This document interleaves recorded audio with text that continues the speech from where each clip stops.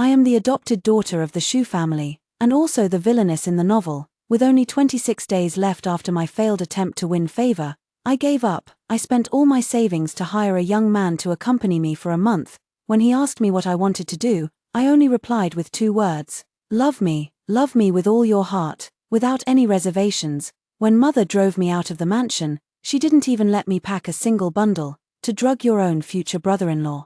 Do you have no sense of shame? She was heartbroken and furious, unable to speak. I sat on the ground, my face bearing the slap mark left by Ji Wenbai. Under the disgusted gazes of everyone, I licked the sore spot and spoke hoarsely. I told you, if I leave him, I'll die. Since you won't let me live, then let's all die together, beast. My brother stepped forward and kicked me down, just as a rat's daughter knows how to dig.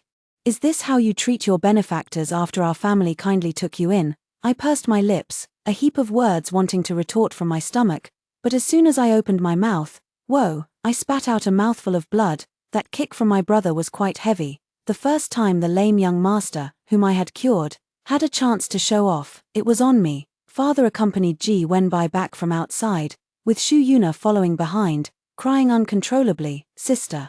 You've taken my identity and enjoyed all these years of wealth, but how could you also take Xiao Bai? He's all I have left. Xiao Bai, you sound like you're calling a dog. The clot of blood stuck in my throat was coughed up, and I regained my usual fighting spirit. Why waste words with her? Just drag her out and dump her at the alley entrance. Let her live or die as she pleases. Father's face showed no emotion. Didn't she keep saying she'd die without Wenbai? Then I'll personally send this rebellious daughter on her way. My shoulders were gripped tightly as I was violently dragged toward the door. Struggling, I spat out my final curse. You're all a bunch of idiots. As I passed by that pure white figure, I turned my head and spat out a mouthful of blood, mumbling indistinctly, You're an even bigger idiot. I was thrown into a dilapidated temple. The one who threw me there was a servant from the mansion, because he had received my kindness before. He left some loose silver coins on me before leaving. Miss, we are incompetent and can only help you this far. The servant wiped away tears. This place is safe for now, and usually, no one comes around. When my shift ends, I will call a physician to treat you. The voice sounded somewhat familiar, but I simply couldn't recall who it was. Over the years, I've helped so many people, too many to count. The few I do remember probably hate me to death by now. My eyes half closed.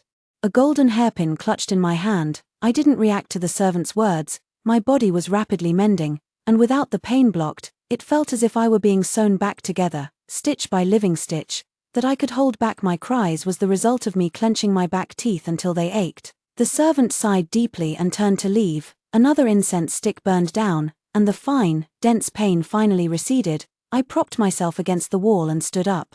Only then realizing my predicament. This is a corner of a dilapidated temple. Outside, the north wind howled, sweeping snowflakes into the room. A few broken windows creaked incessantly, as if applauding my current misery. I stepped forward and kicked the windows until they broke, and that annoying sound finally disappeared. However, the drawbacks have also become apparent. Without any obstruction, the cold wind from outside came even more fiercely. I spread my hands, feeling the slight chill.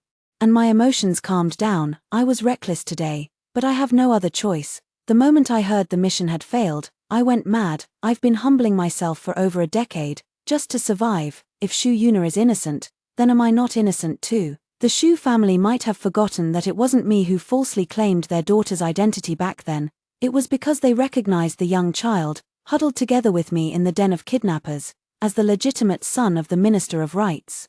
That they eagerly acknowledged me. Everything the Shu family has, I brought to them. I don't resent Ji Wenbai for being fickle. The only ones I resent are the Shu family, leaning on me to gain a foothold in Kyoto, yet unwilling to give me a shred of sincerity. What a pity. I wonder if in these last 26 days, I still have a chance to return to the Shu family and take them all down in one fell swoop. Just as I was pondering how to proceed in the future, an extremely faint sound suddenly emerged. Sis, if you do this, we might get sick. There's actually someone in this place.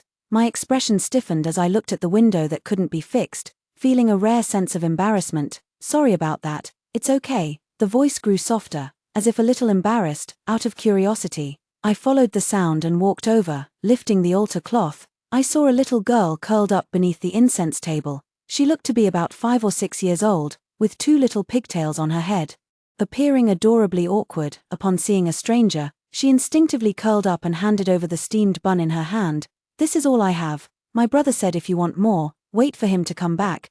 The bun was so dry and hard that even after gnawing and biting at it for a long time, the little girl had only managed to get through the skin. My heart softened a little. I stuffed the silver left by the servant into her hand. "There's money in here.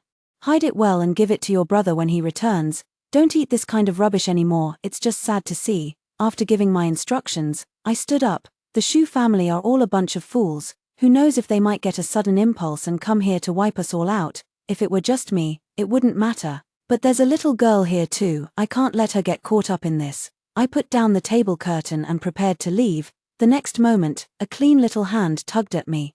"Sister, were you also thrown out by your family?" I was about to retort when I suddenly understood what the little girl meant and couldn't help but gasp. How could anyone bear to abandon such a well-behaved and fair little girl? "No," she just said, "there's also an older brother. Were both siblings abandoned together?" I lowered my head to look at the spot where the little girl was, only then faintly noticing something unusual. This dilapidated temple is in shambles. But the space under the incense altar is surprisingly cozy. Thick clothes were padded under the little girl's bottom. Beside her, aside from snacks, there were also a few equally ugly dolls. The braids on her head were crooked, but one could still see the care put into them by the person who did her hair.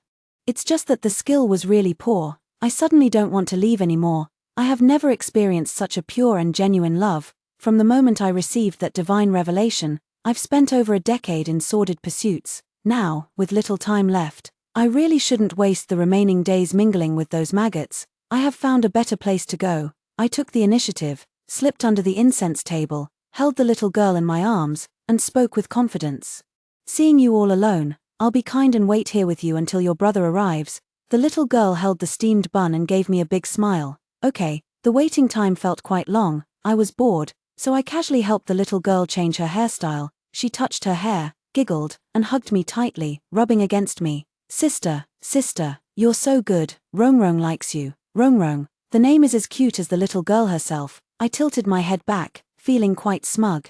"Of course, your sister has many skills. You'll find out more in the future." In the future, the little girl suddenly lowered her head. I didn't understand what she meant, but the next moment, a drop of water fell onto my hand, which was wrapped around her waist. The smile faded. I've been in such a situation before. For children like us, whether there is a future is uncertain, but that was for the me back then. I am different now from who I used to be. I have the ability to support a small family. "Don't cry," I tried to soothe her, but the more I tried to soothe her, the harder the little one cried. I panicked and reached out to feel around for something nearby, hoping to find that doll to comfort her. My hand touched something furry. It was a mouse whose body was still warm, but had already stopped breathing. I turned my head to the side. The mouse still had crumbs of steamed bun in its mouth. "Rongrong, who gave you the steamed bun?" The little girl sniffled. Her voice choked with tears. "My brother begged for it, begged for it." There are many layers of meaning in these words. It could be that fate was unkind, and they encountered some family's dark secret, which his brother happened to uncover as evidence of a crime. It could also be that someone deliberately set it up, hoping to coax these two children to their deaths. In an instant, a flood of thoughts rushed into my mind, but each one must be seen by the little girl's brother first. I calmly pushed the steamed bun and the rat's corpse aside, continuing to hold the little girl and soothe her. Meeting me was their good fortune. It was nearly dark when there was finally a sound at the door. The young man's footsteps were steady, neither hurried nor slow. He didn't seem like a beggar, but rather a scholar like Ji Wenbai. Chivalry often comes from butchers and dog slayers, while betrayal is often found among scholars. I am naturally biased against such people. But thinking of the little girl in my arms, I sighed silently. Forget it, I can't be picky if I've already found her. The table curtain was lifted, revealing the handsome face of a young man. He had a faint smile on his face, and there were faint bruises on his neck and wrists. My heart ached with grief. Silly girl. This isn't about begging for food. This is absolutely about selling herself at the brothel. Look at that face. Look at that figure. Look at that seductive gaze. Look at that alluring charm. Case solved. That steamed bun was definitely used by someone to lure and kill him. But is this profession so poor now? Such a stunning beauty, only able to make ends meet. Could it be outsourced? The young man's gaze swept under the desk and finally landed on me. "Miss, you are, brother." Rongrong broke free from my embrace, ran towards the young man, wrapped her arms around his neck, and whispered in what she thought was a quiet voice, "Sister is a good person. She said she would give us a home." Her voice was cheerful. "Brother, we have a home again. Are you happy?" The young man paused for a moment, then gently hugged the little girl. "I'm happy. Rong is very happy too." The little girl was so delighted she couldn't close her mouth. The young man took out half a flatbread from his chest, hesitated for a moment, tore off a piece, and handed it to me. "Since we're family, let's eat together." I took the bread, my face full of disbelief. "No.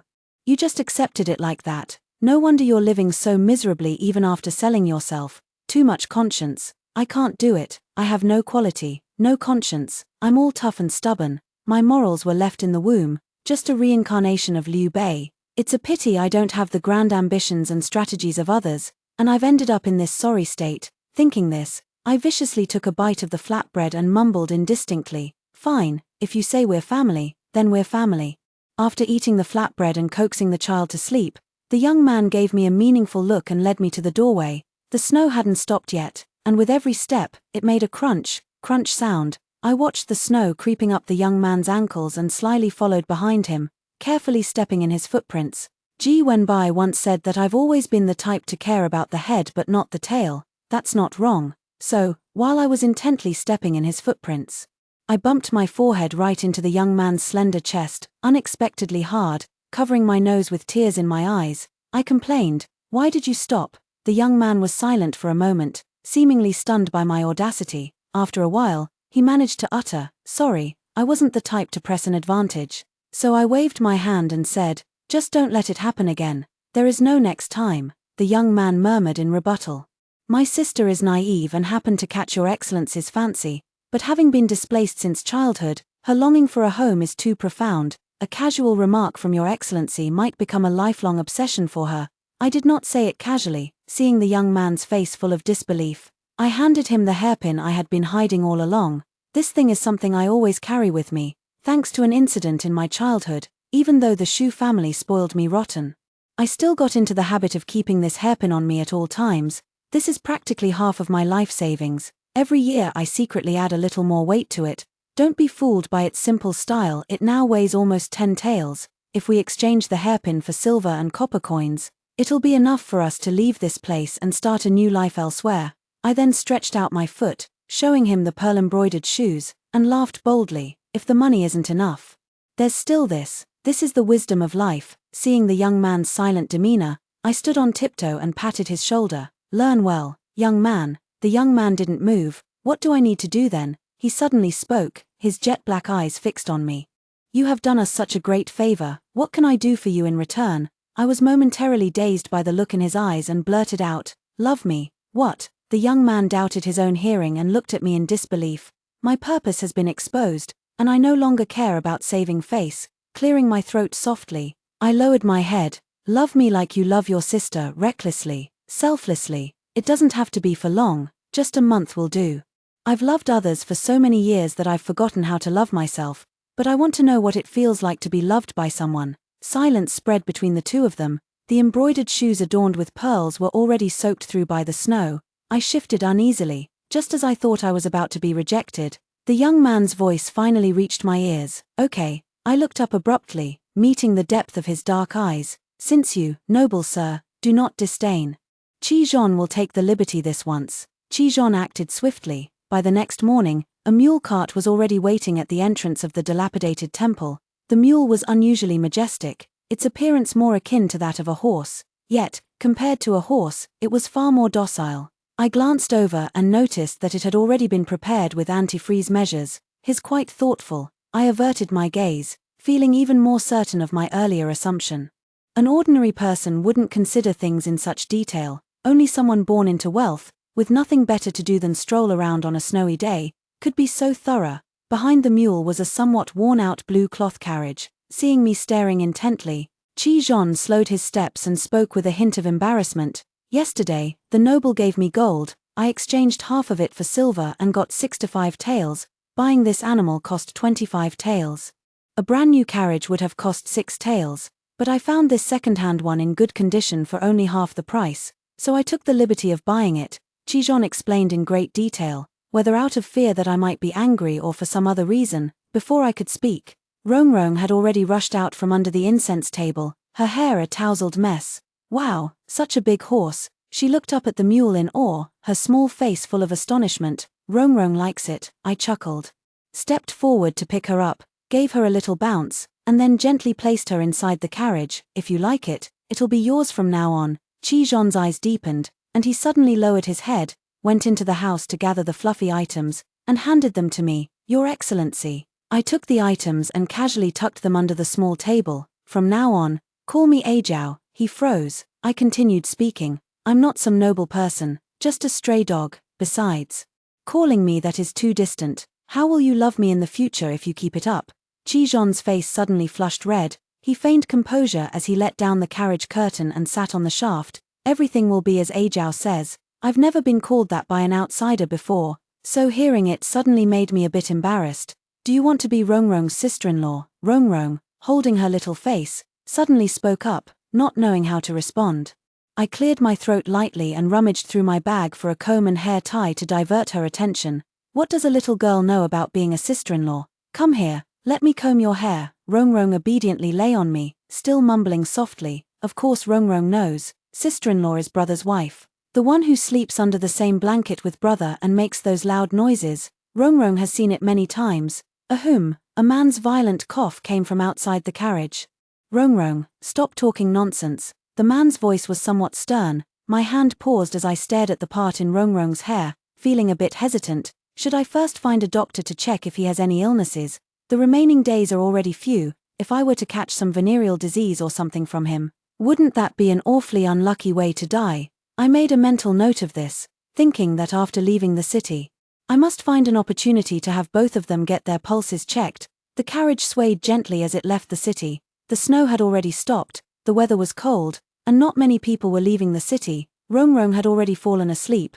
The warmth from the stove made my face feel flushed and my mouth dry. There were few people outside, so I simply lifted the curtain and sat on the carriage shaft with Qi Zhon. Gui, Jiao, it's cold outside.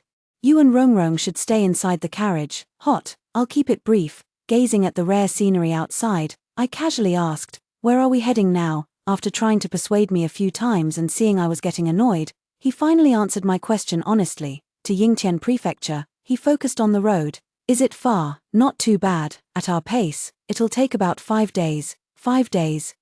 That's not too bad either. I swing my legs and hum a little tune.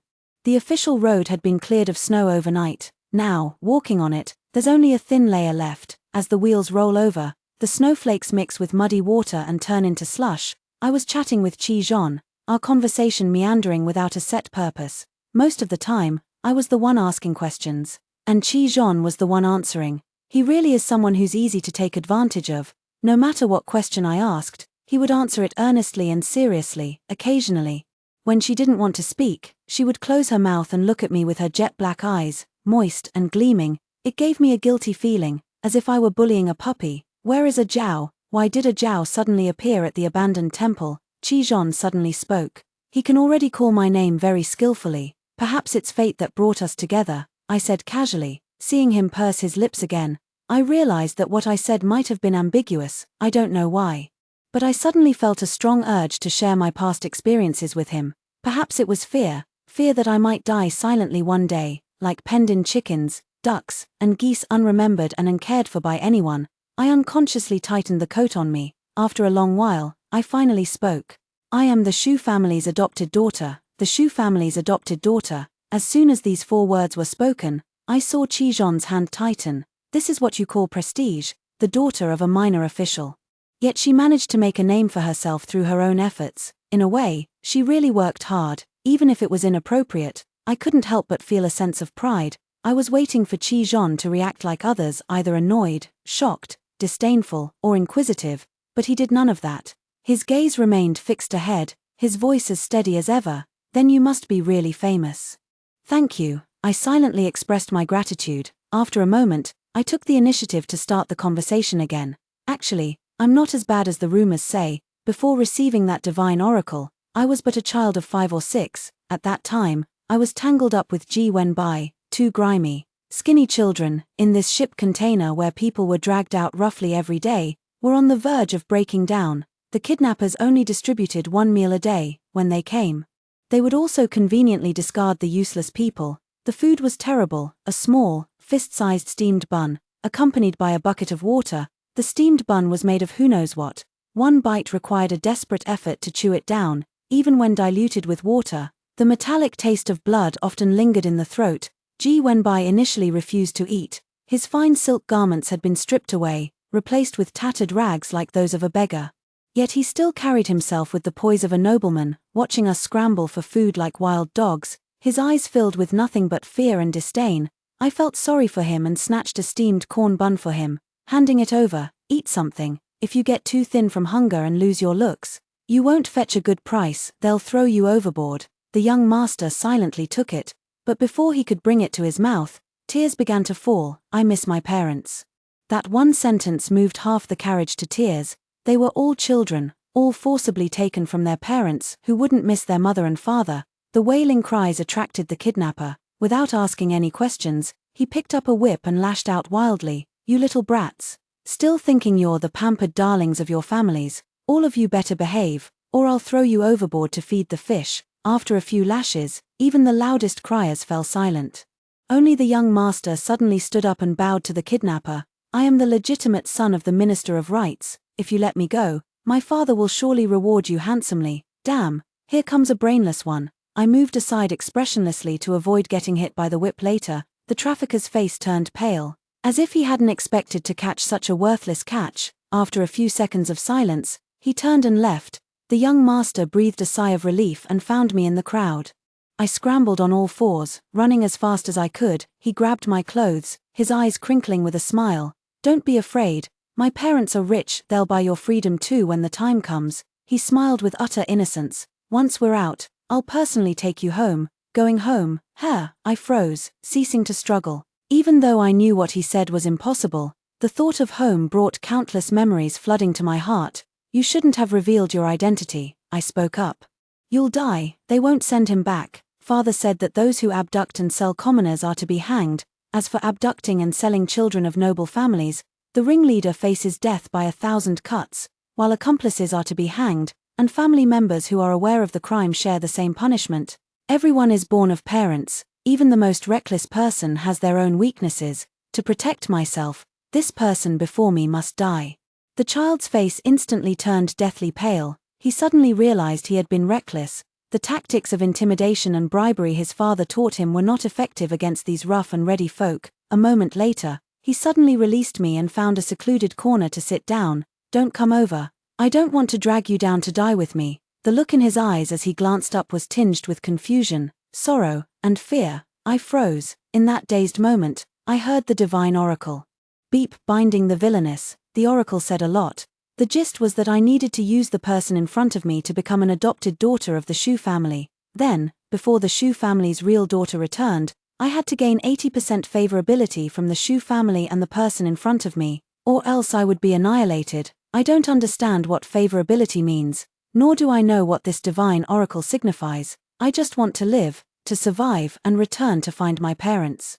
But the divine oracle spoke once more. Success rewards 50 years of life. Failure results in the erasure of you and your entire clan. It seemed they were afraid I was too young to understand what erasure meant, so a scene suddenly appeared before my eyes. My parents, my younger siblings, and many relatives I had both seen and never seen before, they reached out to me, calling my childhood name. The scene was so vivid that I couldn't help but reach out to touch it. Father, mother, brother, little sister, I murmured aloud, unable to hold back a wide smile. The next moment, warm blood splattered onto my face. My smile froze as I watched in horror, an invisible blade cleaving them apart one by one. I watched them fall into a pool of blood, their eyes still tenderly gazing at me until the very end. I could do nothing but stare blankly, watching the warm liquid flow to my feet.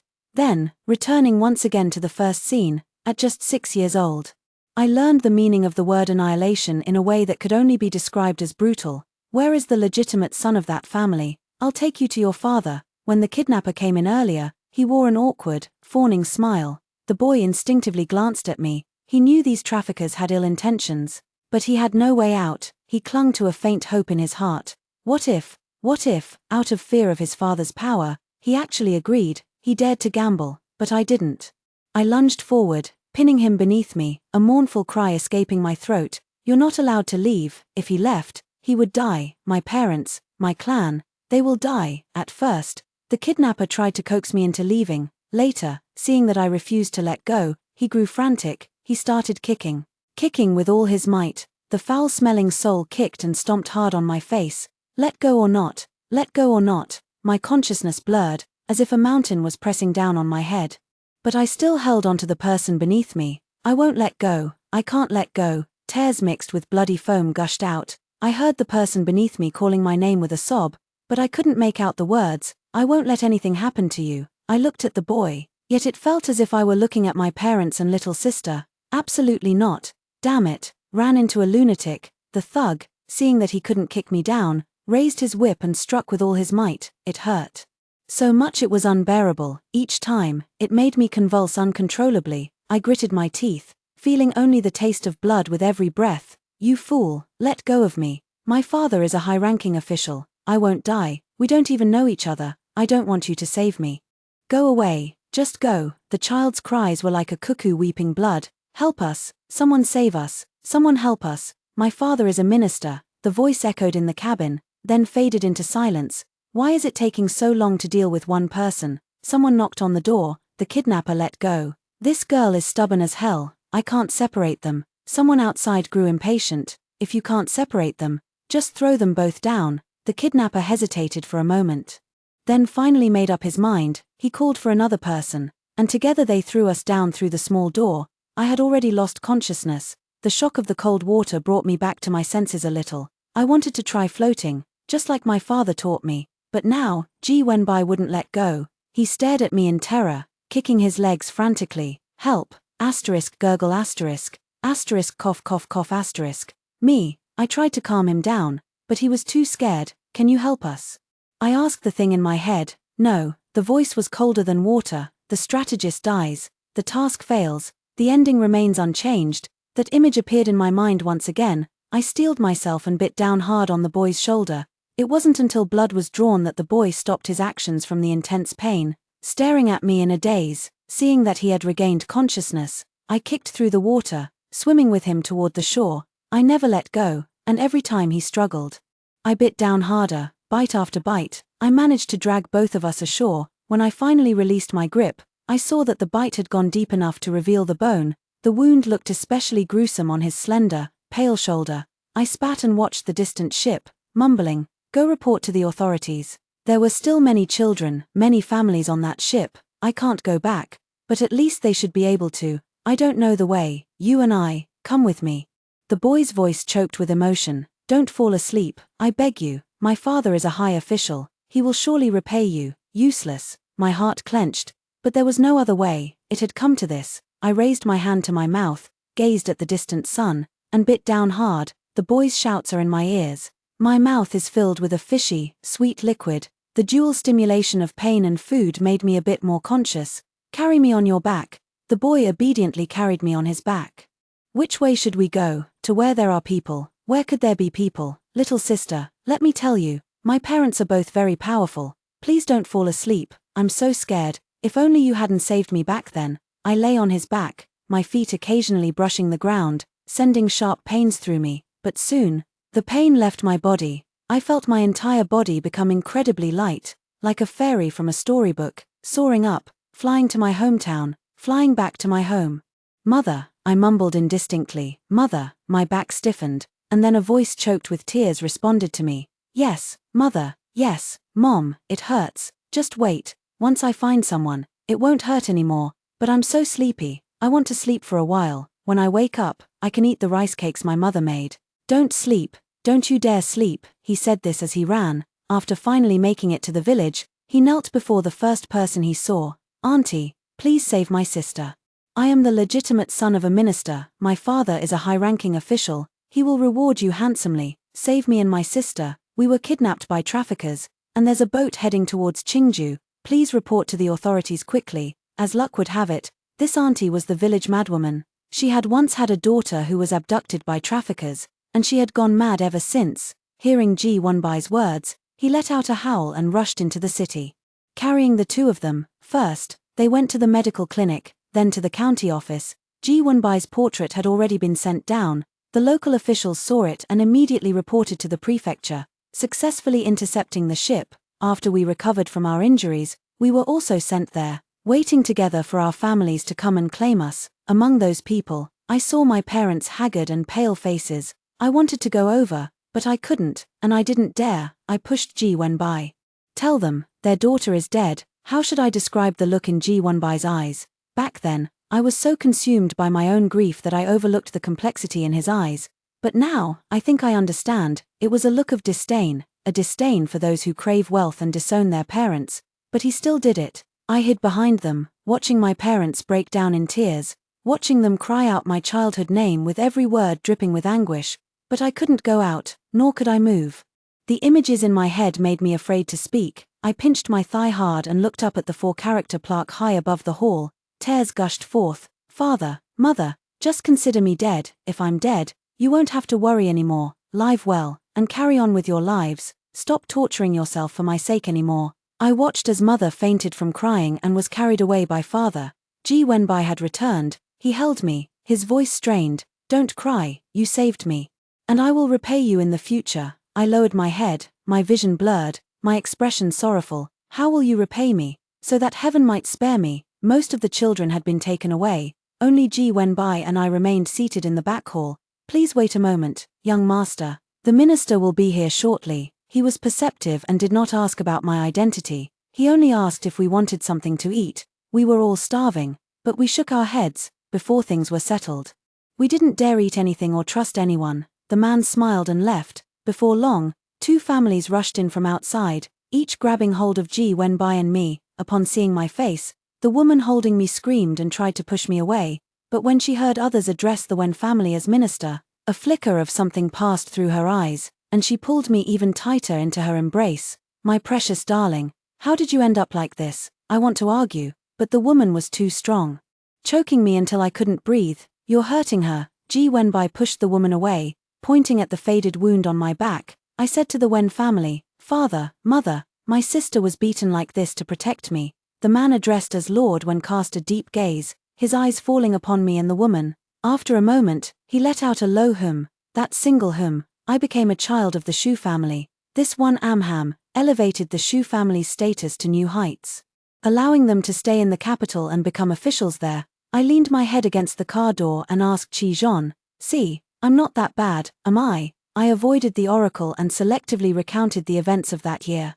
Zhao has always been very good. Qi Zhon suddenly pulled the mule cart to a stop and reached out to stroke my head. Truly very good. From our first meeting, I knew you were a very good person. Even though he himself was thinly dressed, he wrapped his only padded jacket around a strange child. That steamed bun was for Rongrong to defend herself. But when he returned, he saw the dead mouse outside the table. She didn't know why there was poison in the bun. She simply threw the dead mouse out because she was afraid Rongrong would see it. Rongrong was very cautious. But when it came to her, she couldn't help but show a bit of the innocence that only someone her age would have. She is a very good person. When Qi Zhon looks at someone, he likes to fix his gaze intently into the other person's eyes. This always gives people an illusion that he likes me. I turned my head away and patted my eyes with my hand.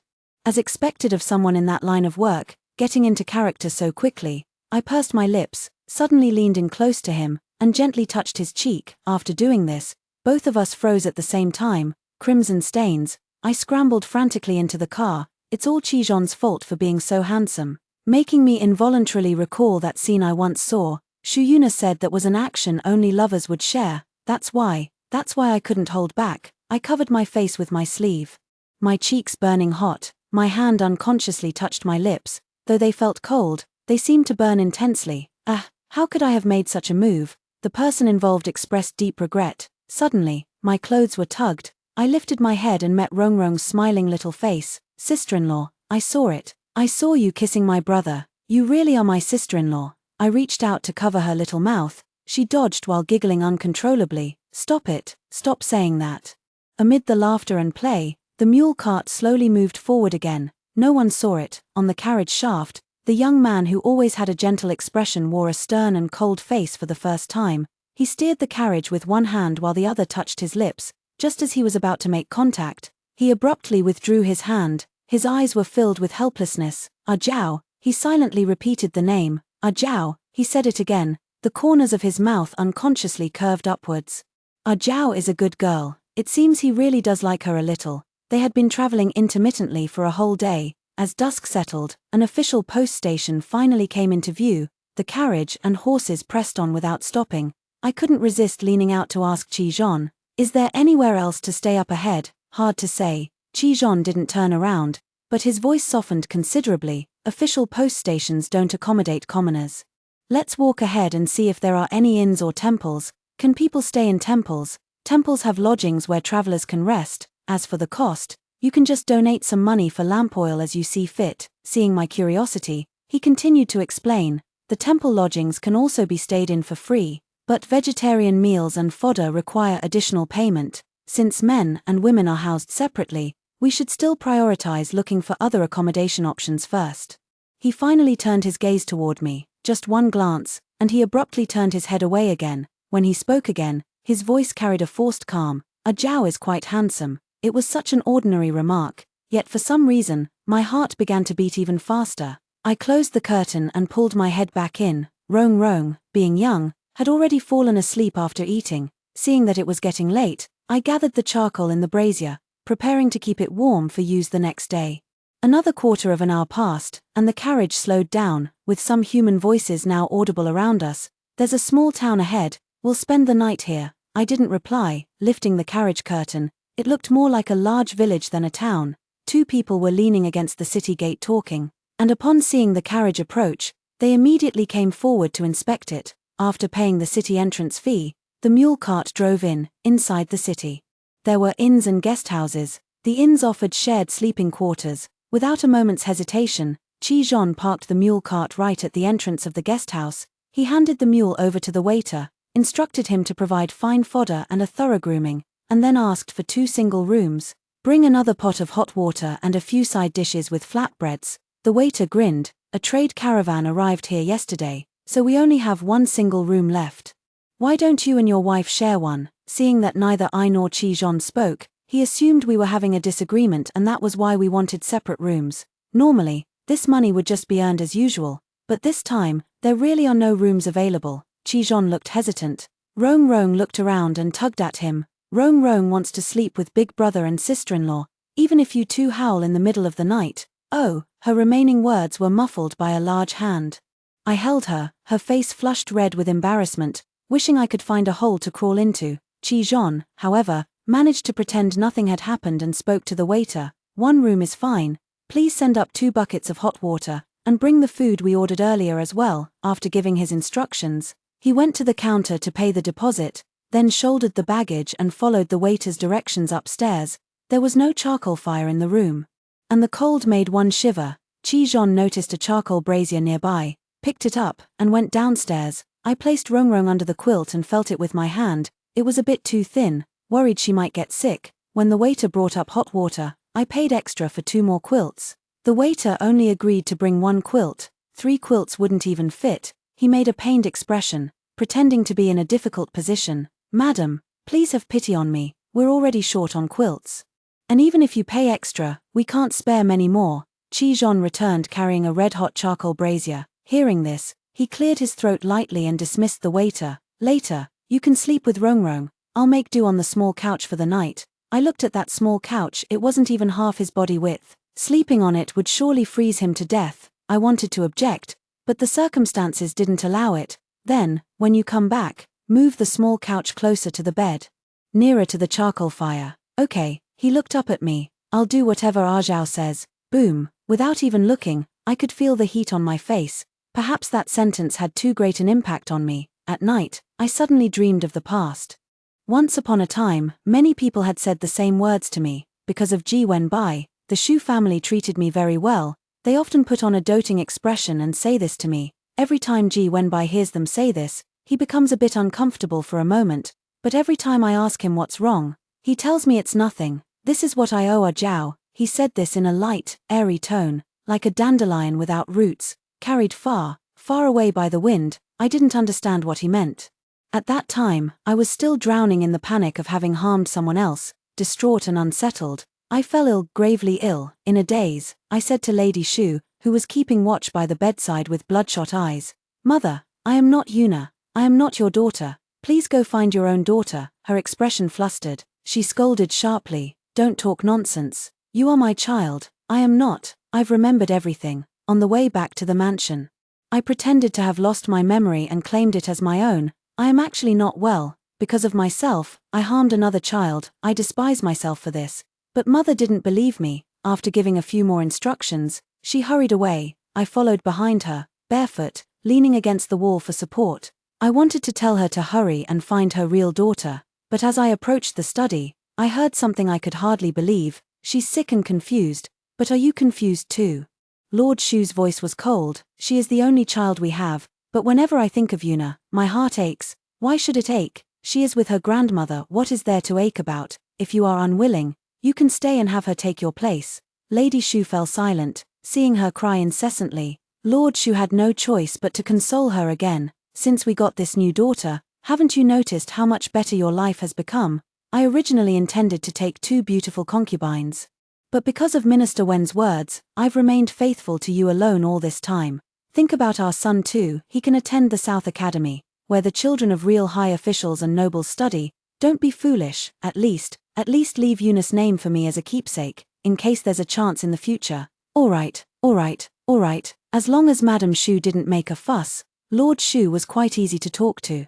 "Tomorrow I'll say that the girl's previous name was unlucky and brought misfortune, so we'll give her a new name from now on." Only then did Lady Shu gently throw herself into Lord Shu's embrace. "But I still feel awful." "Then let's have another daughter." The voices of the men and women behind me grew indistinct, fading from my hearing. I don't know how I made it back to my room. I only remember that night was truly so cold. The person was cold, the feet were cold, and the pillow was unbearably cold. I fell seriously and thoroughly ill. After waking up, I told everyone that I had lost my memory. Lord Shu and Lady Shu both breathed a sigh of relief, took out that excuse, and gave me a new name, Shu Jiao. I smiled and agreed, pretended not to know they were from southern Fujian, pretended not to know that in their dialect, sounds like, pretended not to know the malice they harbored behind my back. I slept quite deeply this time. When I opened my eyes again, it was already broad daylight outside. The room was empty and silent. A sudden panic rose in my heart.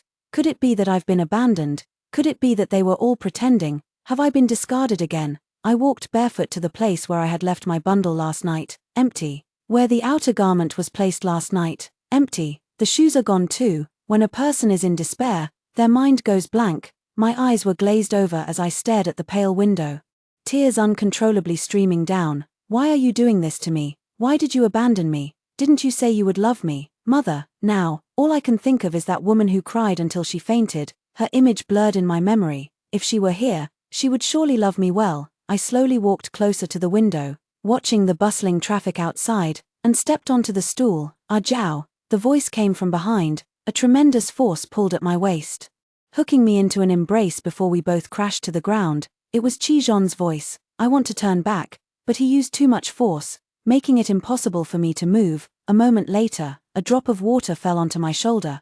I was stunned. "He is crying." I suddenly felt at a loss. I wanted to tell him it was okay, that even if something really happened to me, I wouldn't ask for the money back, but I couldn't speak, because my shoulder was being bitten. Unlike the desperate bite of a wild dog in memory, it was more of a nip with a hint of punishment. "Master," he called out to me, "are you abandoning me?" "Ah, me." I was left dizzy by 2 sentences. The breathing at my shoulder made me feel a bit weak. "No need to be so intense." I tried to get up, but he held me tightly in place. The next moment, my head was turned. The next moment, everything went dark, and only the warmth on my lips captured all my attention. I widened my eyes, staring at the man before me. He was exceptionally handsome. At this moment, the crow feathers trembled lightly, a faint redness tinging the corners of my eyes. My body was turned around, a hand covering my eyes. "Ah Jiao." He released my lips but did not pull away, our breaths mingling. "Don't look at me." The next moment, a heavier kiss descended, a feeling never experienced before, like being crumpled up and thrown into the sky. He should, perhaps, really, be fine, I thought dizzily.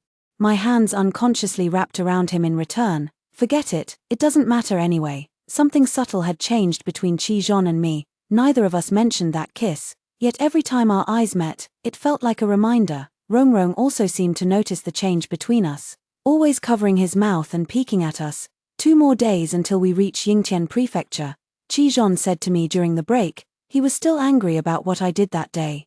But he would report every single thing to me in detail. This became a habit after that day. As he said this, he was boiling brown sugar water in a small pot. By the end of that kiss, I felt a faint discomfort in my lower abdomen, but the person opposite me, as if discovering something, turned pale and ran out of the inn carrying me. The scene was in utter chaos. He was holding me, crying in front. Rong Rong was howling behind, one crying, one howling, drawing many people's attention. I was dizzily taken to the clinic, and before I could even speak, his words struck me like a blow. "Save her, she's dying." The old doctor's expression was grave. He took my pulse again and again. After examining the tongue coating repeatedly, she finally looked at Qizhan with a bewildered expression. "How did you know? She lost a lot of blood." Qizhan's face turned pale, his lips pressed tightly together. I watched his raised hand, then looked down at my own soiled dress, let out a scream, and buried my head in the quilt. "Old doctor." The people drawn by the commotion couldn't help but burst into laughter. My goodness, with the way that young man looked just now, I thought something terrible had happened. "It's just a woman's monthly period. Look how scared you got." Rong Rong's tears stopped, and she asked blankly, "What is a monthly period?" The people around didn't answer. "Ask your parents." Rong Rong had no parents, but she had an older brother and sister-in-law. She looked at Qizhan in confusion. Qizhan's face flushed bright red. After a moment of silence, he walked over to my side and buried his head in a nearby quilt. "Ha ha ha ha." Everyone around burst into laughter. That day, we practically fled the clinic in a panic. The old doctor had Qizhan buy some brown sugar and red dates to boil and drink. "If you're not in a hurry to travel, boil some chicken soup or something to nourish yourself. Women are most afraid of the cold at this time." "Good, not good." 2 answers came from 2 mouths simultaneously. I pursed my lips. "We can't stop traveling." Due to my strong insistence, Qizhan had no choice but to agree. He just quietly added another heating stove. During the breaks, I no longer ate dry biscuits, but instead, he would cook me some hot soup and rice. Eating like this, the pain in my lower abdomen did indeed ease a lot. It's just that Qizhan was pitiful. Every time, he would cook chicken soup with a cold expression. After I finished drinking, I still have to put on a cold face and go wash the dishes. I felt like laughing. Seizing the moment when Rong Rong wasn't paying attention, I leaned in and gave him a kiss. "Don't be angry. I wanted to get to Yingtian Prefecture early, to celebrate the new year with all of you. There's no need to rush at this moment." Qizhan's expression softened a bit. "It's not good for your health. You don't understand. Spending the new year for the first time with someone who loves me, it's very meaningful." In the past, he abruptly closed his mouth. Obviously, he was thinking about my terrible reputation again, but he didn't know that I was no longer upset. Human relationships are truly strange. Like me and the Shu family, after so many years of getting used to each other, there's still a thin veil between us. But I've only known Qizhan and Rong Rong for 4 or 5 days, yet it feels like we're truly family. If someone had told me before that I could come to like someone in just 4 or 5 days, I would never have believed it. But now, I think, I believe it. Thinking this, I leaned in again, giving him a big kiss. My eyes crinkling into a smile. "Qizhan, I like you." I saw the man opposite Ms. pupils constrict sharply. The next moment, I was pulled into his embrace again. Compared to last time, he was much more practiced. "Once we reach Yingtian Prefecture, we'll get married." Qizhan's voice sounded in my ear. Ah Jiao, I will be good to you for the rest of my life." I didn't say a word, just tightened my arms around his neck. I don't believe in forever, I only want the present, now. That he is sincere is enough. The day we arrived at Yingtian Prefecture, it was another snowy day. Goose feather-sized snowflakes fell from the sky. This place is different from anywhere I've been before. Even though the weather is cold, the city is still bustling with people. There are old men carrying firewood, children holding candied hawthorns, and women carrying baskets to buy groceries. Crowds of people, paired with festive red decorations everywhere, instantly evoke the atmosphere of bidding farewell to the old and welcoming the new year. "Go to the inn first," Qizhan asked me from behind the curtain. I was feeling under the weather from the cold, leaning listlessly against the carriage. "Let's go straight to buy a house. I want a room of my own." It wasn't the one Ji Wenbai demanded from my elder brother, nor was it the one from which they jointly drove me out for Shu Yuna. It was a room entirely my own. If I were to buy it, the money might not be enough. Qizhan was uncharacteristically embarrassed. In this prefectural city, even an ordinary house costs 150 taels. And a street-facing shop can reach as much as 300, his voice lowered. I have some private assets that can be transferred by early spring, and then you can choose as you wish. It has to wait until early spring. I watched the swaying carriage curtain and sighed silently. I still have some, let's buy it first. Turning my back, I pulled out a few silver notes from the hidden layer of my shoe and had Rong pass them to Chi-Jean. Chi-Jean refused to take them. When spring comes, I'll have money. How can a husband keep using his wife's money? He stammered as he spoke. I couldn't help but laugh out loud. The movement was a bit too vigorous, causing a sharp pain in my stomach. The noise outside had ceased. Rong crawled in from outside and pressed close to my ear, saying, "Brother is crying." My bared fangs, which I had been showing off, instantly retracted. Really crying? I asked with my eyes. Rong gestured on her face with her little hands and nodded vigorously. Cried so miserably. I don't know how to comfort people. After a moment's hesitation, I reached out from behind the curtain and tugged at his sleeve. Are you angry? Chi-Jean didn't speak, only turned his back and tucked my mischievous hand back into the carriage. It's cold outside, then come in and talk. Chi-Jean ignored me. I tried to lift the curtain again. It didn't budge. He was sitting on it with his bottom. I couldn't help but want to laugh again, through the curtain. I tapped his back with a bent finger. I didn't say anything. So why are you angry? Chi-Jean remained silent. After a while, he spoke helplessly. Jiao, I don't want you to think I'm useless. I froze. I really do like you. It seemed the curtain gave him courage. It was the first time he had spoken so many words. I know there are many things standing between us, but it doesn't matter. Give me a little time, and I can settle all of this. I, too, was once a child from a good family. I also have my own private assets. When spring comes and everything settles down, I can give you a very, very good life. The people you dislike, I can take care of. The ones you miss, I can go find. But I'm afraid you'll look down on me, afraid you'll treat me like a plaything. I don't know what to do. They say only the most useless of men would use a woman's money. Jiao. As he spoke further, he made no attempt to hide his sorrow. How can I make you see my heart? I was stunned. I had never imagined that his heart would be so unsettled. Suddenly, I recalled a little tune I had heard from somewhere many years ago. Just when you were radiant, I was full of self-doubt. I am a man of integrity. How dare I mislead you and waste your years? I never imagined Chi-Jean would have such a mindset. He was born with good looks. I considered my own beauty to be exceptional, yet in his presence, I would still be captivated. Often, having one outstanding quality is enough to stand out among others. Moreover, how could I not see your heart? I gently rested my head against it. You are truly remarkable. You know how to find the best inns. You can defeat ruthless bandits. You help refugees without a second thought. You can break ice to catch fish, and you teach me how to read the sun and find my way. You know how to observe the celestial phenomena, and you can eloquently explain the historical sites we come across anywhere on the roadside. You can make a fire, cook sweet soup for me and Rong, and prepare all the foods we love to eat. You take such good care of us. Chi-Jean shook his head, but it's still not enough. He used to always wish that time would pass slower, even slower, so he could plan those things in more and more detail. But now, he suddenly feels very sad. He can't give the girl he likes a good life. He can't even meet her most basic needs. When she wanted to buy a shop, he could only take the silver from her hands. Inferiority coiled around him like a venomous snake, suffocating him. He had never imagined that these two words would ever apply to him, even when the once favored son of heaven was trampled into the mud.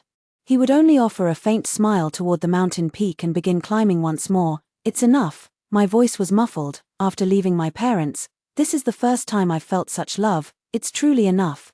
Chi-Jean, I called out to him. Go buy a house. I want to marry you. We ended up buying the house. It was already the end of the year, and many of the property agents had already gone home to prepare for the new year. When we arrived, only a young man was left inside.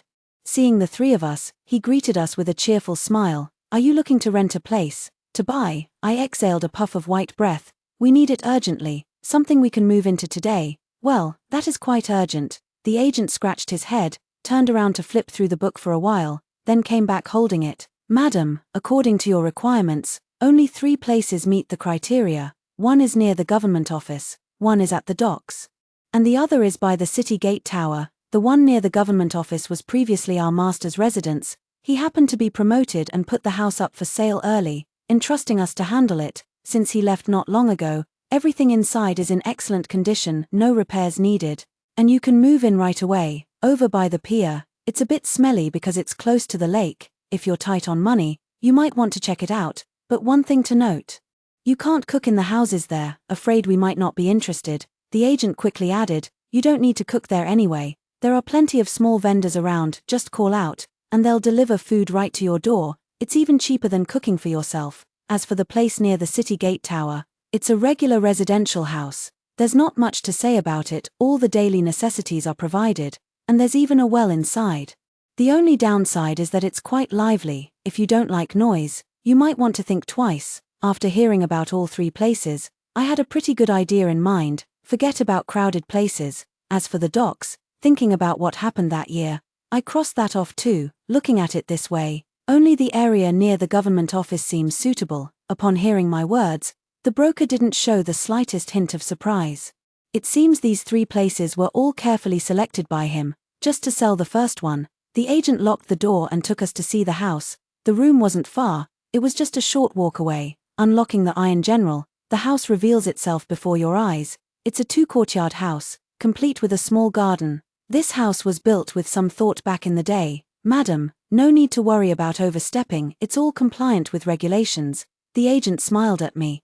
Mind your step when you come in, madam. Rong Rong held my hand and led me into the courtyard. The front courtyard consisted of a gatehouse and three main halls. The rear courtyard had three main rooms and a side chamber. At the junction between the front and rear courtyards, there were also two wing rooms where the servants lived. Unlike the carved beams and painted rafters of an ordinary household, the decor here is particularly simple. The courtyard has few flowers, plants, or rockeries. Only a lone swing hangs from a tall tree on one side. This swing, the moment I saw the swing, it felt as if something struck me, drawing me involuntarily closer. This swing must not be removed. The agent hurried forward. Madam, the swing and the tree must be kept. This is the owner's instruction. The price can be discounted further, but these two must remain. They were the favorite toys of their daughter who passed away young. As the agent spoke, I had already reached the bottom of the swing. After touching the familiar strokes, my body jolted as if struck by lightning, freezing in place. What is the surname of the house owner? I heard my own voice, loud and clear. The agent who was introducing the property was startled, and after a moment of realization, replied, the surname is Nyan, Nyan, the surname Nyan. I tried to calm myself down, but no matter what I did, tears just kept flowing uncontrollably. Rong Rong was so frightened that she pulled me to wipe my tears. Chi Zhon seemed to have thought of something. He took the uneasy-looking broker out to negotiate the price. This is my home. I crouched down, holding Rong Rong, and spoke in broken sentences. Do you know, this is my home. This is my home. I am their daughter. I am Nyan Jiao Jiao. I am not Shu Jiao. Rong Rong. I miss father and mother so much. Rong Rong held my head. Sister-in-law, don't cry. When spring comes, I'll go with you to find your parents. The word spring comes hit me like a hammer, bringing me back to my senses. We can't go looking for them. We can't go looking for them. They had already lost a daughter once. They couldn't go looking for her again. I stood up, looking at every plant and tree in the courtyard, and a profound sorrow welled up from the depths of my heart. I had never understood something so clearly before. I no longer have a home, that home with a father, a mother. And Jiao Jiao is gone forever. Chi Zhon bought this house. The house cost 200 taels, and with the furniture and deed tax, it totaled 330 taels. I sat on the swing, watching Chi Zhon tidy up the yard. He didn't touch the main house, but instead chose the adjacent rooms on either side. After tidying everything up and coaxing Rong Rong to sleep, Chi Zhon finally came over to me, took my hands, and tucked them into his embrace. The touch of his cold fingers against my warm skin made me shiver slightly. I'll move to the front courtyard first. You and Rong Rong can stay in the side house. When we find your parents later, they can live in the main house. Chi Zhon smiled at me. Zhao, trust me. I'll give you everything you want. My gaze fell on him, and as I blinked, tears rolled down my cheeks once more. But there are some things you can't give me. He didn't understand what I meant, but I had already changed the subject. Chi Zhon, please lull me to sleep. After leaving my mother, no one has ever lulled me to sleep. Chi Zhon didn't say a word, picked me up, and entered the small room. This room feels both familiar and unfamiliar. Familiar because many of the small items were once touched by my own hands. Unfamiliar because I haven't seen it for over a decade. Chi Zhon placed me into the quilt. Inside, there was a heating stove that warmed the quilt to a toasty temperature, just the most comfortable level. The owner of this house is Lord Nyan. He and his wife are deeply in love, and they have 2 sons and 2 daughters. The eldest daughter, Nyan Zhao, was intelligent and charming from a young age, and was the most beloved by her parents. After her unfortunate early death, the couple grieved for a period before slowly moving on. Lord Nyan was a good official. He was diligent and cared for his people. Many citizens came to see him off when he left. He had originally intended to keep this house. Later, when he was burning incense, he heard someone say that if parents were too attached to a child who died young, it would disturb the child's soul. That's when he decided to sell it. The agent told me that he only asked to keep the swing. Lord Nyan said, "If one day my Zhao Zhao comes back and finds that her parents are gone, at least she'll still have the swing with her." I buried my head in Qi Zhon's embrace, biting down hard on the front of his robe. I hate the thing in my head. I hate the Shu family. If it weren't for the thing in my head, I wouldn't be unable to go home. I hate the Shu family. They clearly know it's not my fault, yet they still dump all the blame on me. I did so much for them, all in the hope that one day I could return home, but they disregarded all my years of effort. And seeing that I no longer had value, they kicked me out, causing my mission to fail. If it weren't for Ji Wenbai's affection for me once reaching full marks, the system wouldn't have unbounded the punishment of family members dying together. I simply couldn't imagine how crazy I would become. Is it so hard to love me? With just a few hundred taels, Qi Zhon could love me like this. I fell asleep to Qi Zhon's gentle words of comfort. Perhaps it was because I had returned to the home I had been longing for. This time, I slept until the afternoon of the next day. The chirping of birds woke me up. A plump body was pressed against me, sound asleep. I carefully moved her aside and got up to explore the room. A comb with broken teeth, a small wooden figurine with a chipped corner. I was like a greedy stray dog, eagerly trying to retrieve every memory I could find, as if this way, I had never left home, as if so. I am still that carefree Nyan Zhao Zhao. While searching, I found a large box in a corner of the house that I had never seen before. The box was not locked, but I can't remember when I had this chest. I pulled the latch and opened the chest. Unexpectedly, it was very clean inside. There was no cloud of dust, only a dozen neatly arranged small boxes. As if something came to mind, I immediately counted them. 13, exactly the number of years I had been gone. This was the birthday gift they left for me. First, at the age of 6, my dear Zhao Zhao, today is the 16th day since you went missing, and my heart aches deeply. In just a short sentence, the handwriting trembles again and again. Father's calligraphy was once praised by the imperial family, but on this paper, he couldn't even write a single complete character. The water stains above soaked the ink, blurring it beyond recognition. Father, I miss you so much. Father, I miss you too. Holding the paper, my tears fell one after another. I really miss you so much. I miss you all every single moment. Beneath the paper were 4 neatly arranged little trinkets, the birthday gifts I had cried and begged for before leaving home. I didn't dare to reach out and touch them. After carefully closing it, I opened the second box. The second box was slightly larger. At the very top, there is still a letter. My dear Zhao Zhao, it has been a year since you left your father and mother. Others say you, but we know you must still be alive. We will never give up looking for you. Opening the envelope, inside were all the big and small events that happened at home during my absence. The letter was written in great detail, and the handwriting changed several times in the middle. Through those trivial matters, I seemed to witness my younger siblings mature from childishness to steadiness, my mother slowly recovering from her grief, and my father becoming increasingly silent. Inside the box, 3 smaller boxes still lay. A pair of pearl earrings, a pair of shoes not much larger than a palm, and a book. Sister, today at the academy, I heard people say that women need to wear jewelry. My younger siblings and I pooled our money and managed to get a pair of pearl ones. Next time, we'll definitely get you the best. Next one. Time slowly passed, and by the time I came to my senses, there were 2 more people beside me, one big and one small. At this point, there were still 3 boxes left in the large container.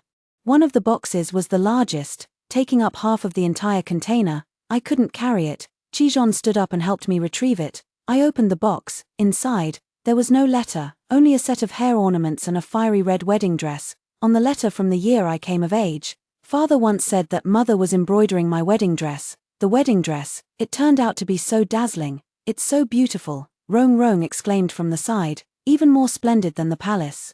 No sooner had the words left her mouth than she raised her hand to cover her small lips. Looking at me in horror, I pretended not to notice, focusing intently on the dress. A moment later, I closed the box and pushed it toward Chi-Jean. I'll wear this on our wedding day. Wearing this would be like having my parents see me off to marriage.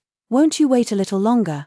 Chi-Jean was somewhat surprised, not understanding my urgency. I've asked the broker.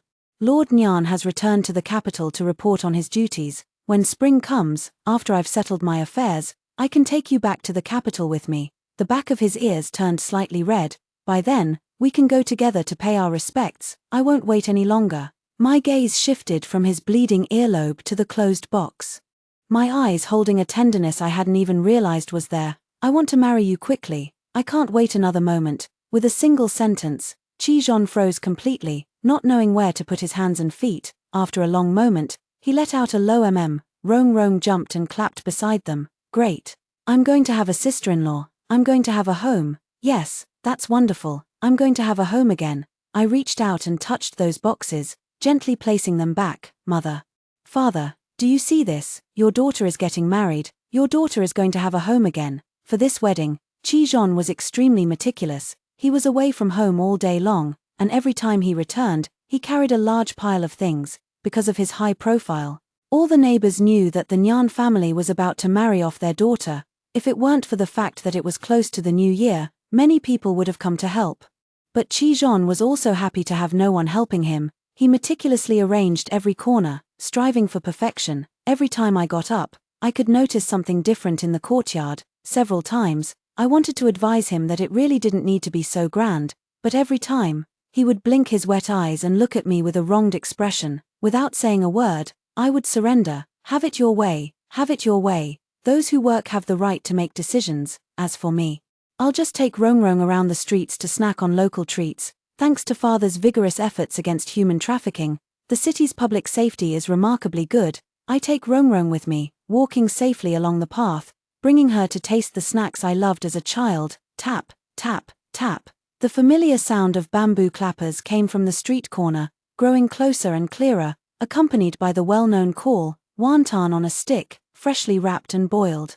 The persons carrying poles swayed slightly on their shoulders. At one end, the stove fire flickered, and at the other, drawers of various sizes were stacked. Sister-in-law, what are stick wontons? Are they boiled sticks? Can they be tasty? Rong swallowed her saliva as she spoke, looking like a greedy little cat. They're delicious, I murmured softly. Uncle Chen's wontons are the most delicious in the world. Rong looked up at me, her lips moved slightly but no words came out. 2 bowls of wontons, please. 1 bowl is 6 coins, 2 bowls are 10 coins. Thank you for your patronage. Uncle Chen set down his carrying pole, grabbed 2 handfuls of raw wontons from the large drawer, and tossed them into the boiling water. The dumplings, tinged with a hint of pink, became crystal clear shortly after being placed in the water. Uncle Chen quickly prepared the base sauce while keeping an eye on the dumplings. Is there anything you don't eat? I eat everything. Smelling that aroma, I couldn't help but swallow. Add 2 spoonfuls of dill for me, I said, pouring out 20 coins from my money pouch. What's dill? I want some too. No kids allowed. I pushed Rong away, coaxing her just like I used to do with my younger brother back in the day. Uncle Chen paused his ladle in the middle of scooping wontons, suddenly looked up at me, and examined my appearance. You are Miss Nyan. I froze, not expecting to be recognized. No, my surname is Shu. I gave an awkward laugh. Uncle Chen and I locked eyes for a few moments before he suddenly lowered his head and continued with his task. Getting old, always failing to recognize people. His voice was a bit hoarse as he said this. He took a few planks from the side of the carrying pole and assembled a simple table. Nyan, Shu, Miss Shu, sit down and eat. Don't just drink the wind. Miss Nyan, sneaking out again for wontons. Uncle made a little table this time. Sit down and take your time eating. 2 voices sounded in her ears. I took a deep breath, holding back my tears. Thank you, Uncle. The wonton tasted as usual, or perhaps, even better. Rong didn't understand what had happened, just holding the wonton and taking big bites. Too hot to bear but unwilling to spit it out, just staring at me with wide, pitiful eyes. Just like the young master when he was little, Uncle Chen had walked over at some point and suddenly spoke. I didn't respond.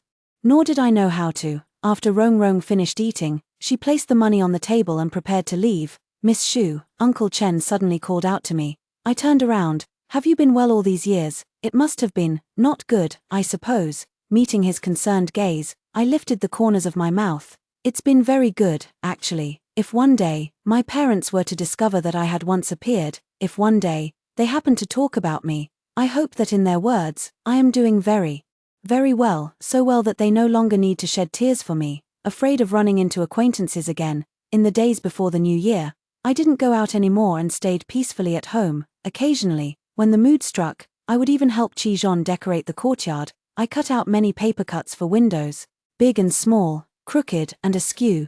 Qijon didn't mind, and with Rong Rong, he pasted them everywhere with paste. When the house was full, they went to paste them on the neighbors' houses. It got to the point where everyone around knew that the Nyan family had a paper-cut demon living with them. Qijon came back and mimicked the story to Rong Rong and me, which made me so angry that I headbutted him. Qijon didn't get angry either. He sat on the carpet, laughing so hard that tears came out. This rug was also something he picked up from who knows where, soft to step on. So even sitting on the floor for a long time wouldn't make your bottom cold. I lifted my foot and stepped on his chest, pretending to be fierce. Next time you see someone, say you cut it yourself. Got it? Okay. Qijon didn't move, letting me do as I pleased. It was clearly a humiliating act, yet he seemed as if he had received some kind of reward. Those dark eyes even seemed to silently encourage me to do something even more outrageous. I pulled my foot back as if I had been burned. He sat up, looking somewhat dejected. Jiao Jiao, he called out to me, after the new year, let's get married. Got it? I turned around, feigning impatience, lifting my eyes. I met the reflection of myself beaming with crescent-shaped eyes, and behind me, Qijon, equally smiling. The new year was supposed to be the most important day, but this day, 3 days before the wedding, no longer seemed important. On New Year's Eve, Qijon prepared a large table full of dishes. Rong Rong, being young, could only eat a few bites before clamoring to go watch the fireworks. I, being greedy, took a couple more bites before agreeing. Taking the cloak, the three of us finally stepped out together. Tonight was a rare, beautiful evening. The snow on the road had already been cleared. Holding Rong Rong's hand tightly, I followed the crowd onto the street. Brilliant fireworks were already bursting across the sky. I've been afraid of this sound since I was a child, so I raised my hand to cover Rong Rong's ears, but then I had no hands left for myself. Every time the sky exploded, I trembled along with it. Before long, a pair of warm hands came to cover my ears. I turned my head and met Qijon's smiling face. His face drew closer and closer, then a cool touch brushed past and was gone. I frantically turned my head to look around and saw everyone's gaze fixed on the sky. Only then did I shoot Qijon a reproachful glance. You scared me to death. I was too forward. He accepted my accusation with good grace. It's snowing, someone shouted. Snowflakes as large as goose feathers drifted down leisurely from the sky. Some reached out to catch them, while others composed poetry in response. Seeing that no one was paying attention, I grabbed Qijon by the collar, stood on tiptoe, and kissed him back. Qijon widened his eyes in disbelief, but soon, the shock turned into a smile. You seem to like to laugh a lot. I didn't scare him, so I pushed him away in disappointment. I don't like to laugh. Qijon said this with a smile still lingering at the corner of his mouth. I just like you.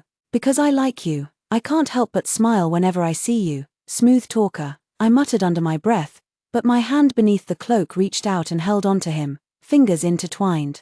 Warm palms enveloped my cold little hand. I smiled along. 2 days remain until the grand wedding.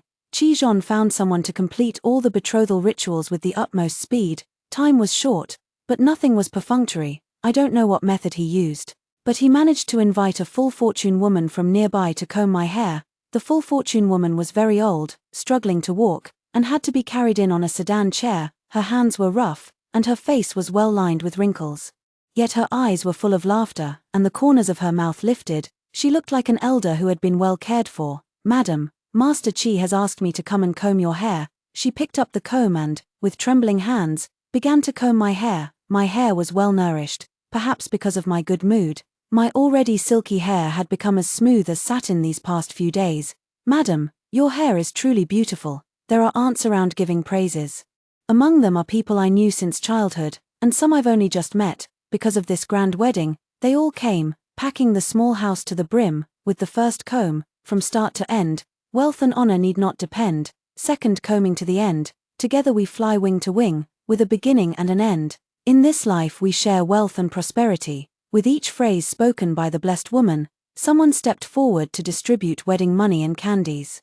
After all 3 combings were completed, another hairdressing lady took over. placing the floral crown on my head. "You look absolutely stunning, my lady," someone complimented. "You just look a bit familiar." "Who doesn't look familiar to you?" someone teased with a laugh. The man scratched his head, unable to recall who she resembled, so he simply chuckled twice and brushed the matter aside. "The auspicious hour has arrived. The new bride is leaving." The red veil fell, and a fruit was placed in my hand. A figure approached, and then I was gently lifted. Stepping over the threshold, I sat in the sedan chair, which circled once before returning me to the bridal chamber. This room was the one Qijon had chosen back then. He led me inside, leaving Rongrong to keep me company. The courtyard was filled with banquet tables, and the sounds of neighbors' congratulations rose and fell. "Sister-in-law." Rongrong hugged my leg. "Sister-in-law is so pretty." Her voice was sweet. "Sister-in-law," she called out to me again and again, as if she couldn't get enough. I answered one after another. "Sister-in-law, I want to tell you a secret." Rongrong leaned close to me, looking at me from under the bridal veil. "Actually, my brother and I met you a long time ago. You were sitting by the pond, crying so very, very sadly. I heard a bad brother scolded you because of the hairpin. At that time, I thought, if you became my sister-in-law, my brother would never scold you." Rongrong said it so adorably, but a storm was raging in my heart. I used to cry in secret whenever I felt wronged, but there was only one time I sat by the pond and was scolded by Ji Wenbai. That was during the palace banquet. During this time together, I've realized how ridiculous my initial assumptions were. These two people are hardly the type to engage in such a line of work, but I never expected that they once had the status to attend palace banquets. Whose children are they? Why have I never seen or heard of it? My hands clenched involuntarily. Rongrong seemed to sense my unease. "Sister-in-law, don't be afraid. My brother and I will protect you. When spring comes and we return to the capital, we'll make sure those who bullied you pay for it. When spring comes." These two words instantly soothed my unease. "I can't wait until spring. Those matters are no longer my concern." "Then thank you, Rongrong." Through the veil, I gently touched her head with mine. By the time Qijon entered the room, Rongrong was already starting to doze off. After seeing off the guests, he took Rongrong back to her little room. "Jiao Jiao," he called out to me. My heart was inexplicably racing. The bridal veil was lifted, and we stared at each other, both momentarily stunned by the other's appearance. A moment later, he awkwardly averted his gaze and walked to the table to fetch the wedding wine. Let's have a drink," he stammered as he spoke. I was originally a bit nervous, but seeing him like this, I couldn't help but laugh. My laughter made him tense up, and he looked at me at a loss. When I had laughed enough, I reached out to take the wine glass, and we intertwined our arms to drink the ceremonial wine, removing the hair crown. He then brought over a tray, on which were 2 brocade pouches and a pair of scissors. "Tying our hair as husband and wife, our love shall never be doubted." His voice was low and soft. I picked up the scissors, entwined our hair together, cut it with force, and divided it into 2 portions. "Can we go to sleep now?" I asked him. Not only was Rongrong sleepy, but I was also extremely tired. "Ah, yes, of course." Qijon lifted his thick lashes to glance at me, then quickly lowered his head and reached out to undo my clothes. I raised my hand, allowing his movements, watching him set aside the wedding dress. I was just about to go wash up when I saw him attempting to continue undoing my undergarments. "Undergarments?" I raised my hand and slapped his hand away. "What are you trying to do? Going to sleep? If you're going to sleep, then sleep. Why are you taking off my nightgown?"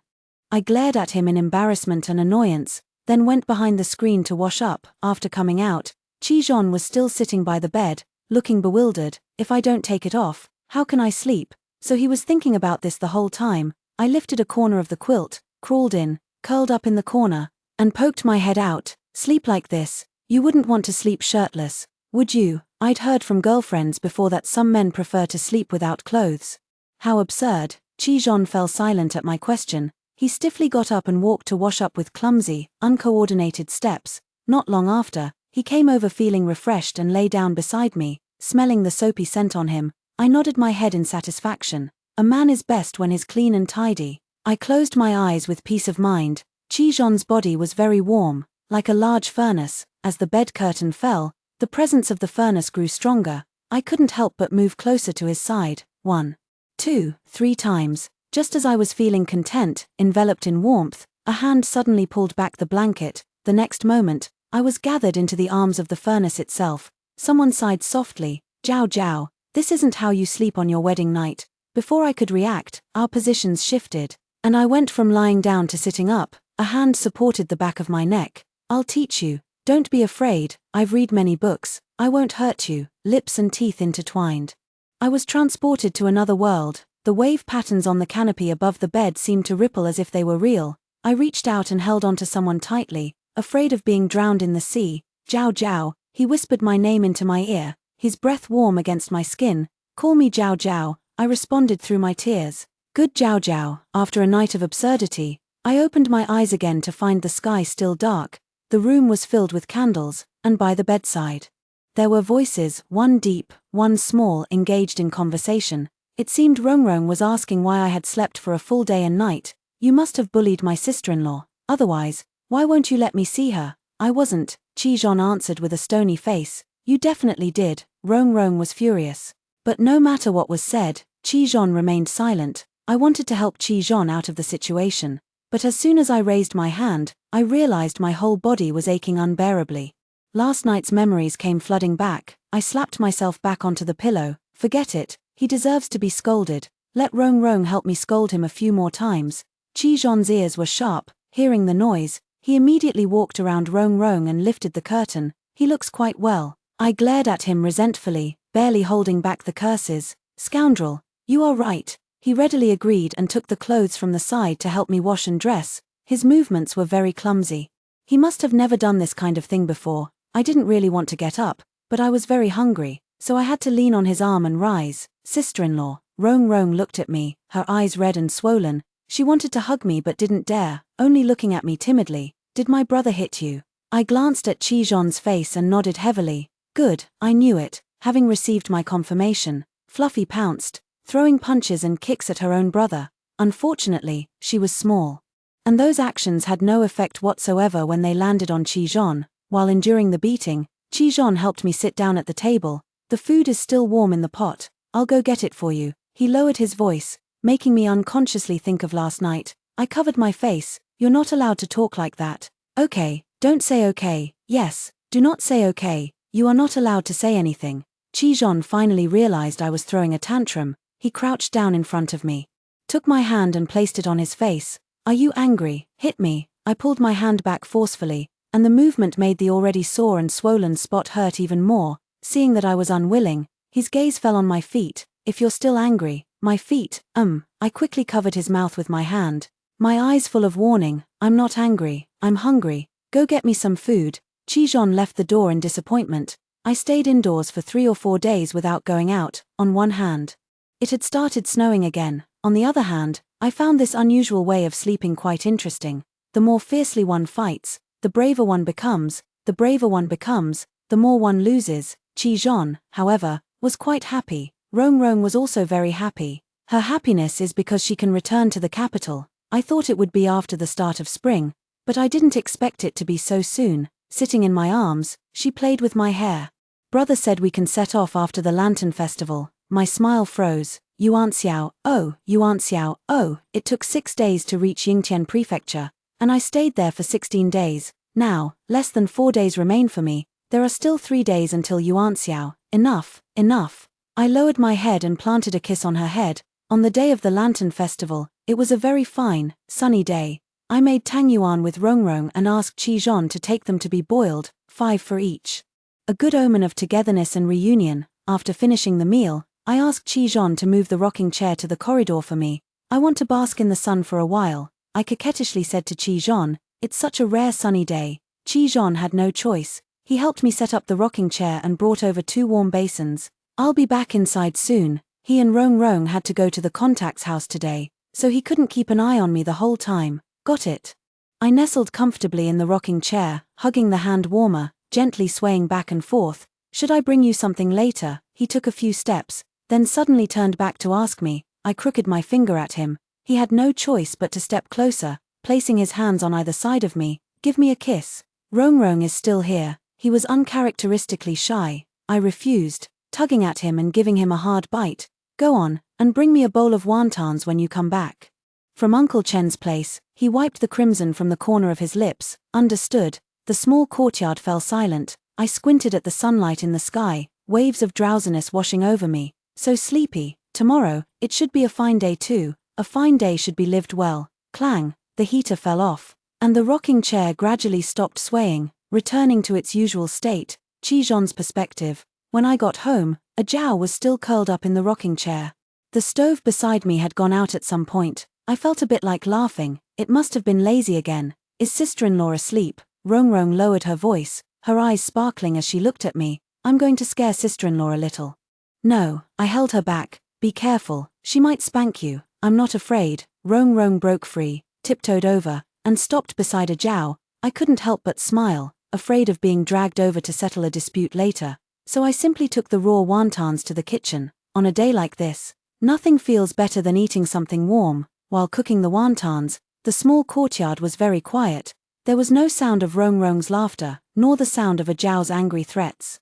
I feel a bit uneasy, but I don't know what I'm uneasy about. The warmth brought by the orange flames made me feel dazed. Again and again, I actually really hate fire. In the fire, Muffy and I once lost the person we loved and cherished the most. If it weren't for our Zhao, we might not have survived this winter. Fortunately, there's a Zhao. I stood up, scooped the wontons out of the pot, and seasoned the broth bit by bit, just as Uncle Chen had taught me.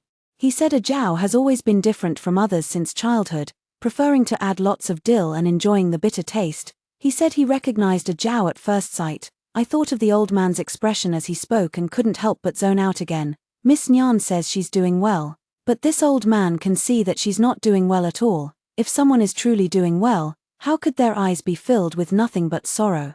I've seen her when she was little. She was different then, completely different. How sad would Elder Nyan be to see her like this? The old man's sigh made me tighten my grip on the bowl. It's okay, I told myself. Once we return to the capital, I will help Zhao find his former self again. Carrying the tray as I walked out, I saw Rongrong still maintaining the same posture as before.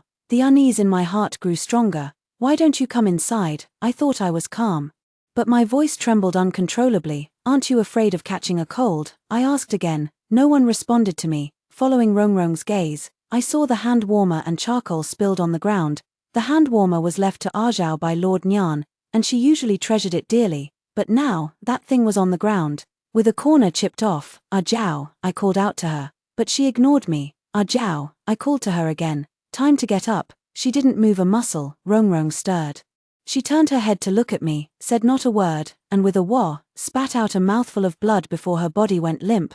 I could no longer hold the bowl of wontons in my hand. I stepped forward, grabbed the two of them, and ran outside. It was the Lantern Festival, a time for family reunions, and laughter and joy filled the air everywhere. Someone saw me and even tried to greet me, but I couldn't hear anything, couldn't care about anything. I ran towards the medical hall, where there was an imperial physician from the palace, one of the contingencies my mother had left for me. Save them. I shivered, almost unable to speak. Someone held the two people in their arms and carried them away. I wanted to follow, but my legs were too weak to move, unable to stand. I crawled after them on my hands and knees. Your Highness, someone called out to me, but my eyes were fixed only on that person. I didn't understand how, after only half a day's absence, things could have come to this. I was only gone for half a day. Zhao, my Zhao, Your Highness, please calm down. The lady has passed away.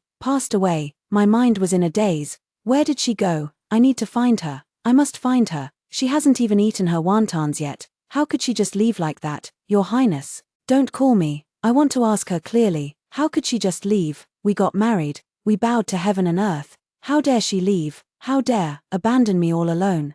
I struggled, being held down. The next moment, a cold needle pierced my skull, and I was plunged into complete darkness. I woke up again 2 days later, in the expanse of white. Rongrong knelt before the coffin, her eyes vacant. Brother, it's all my fault. Her voice was utterly calm, without a single tear falling. If I hadn't urged you to return to the capital, sister-in-law wouldn't have died.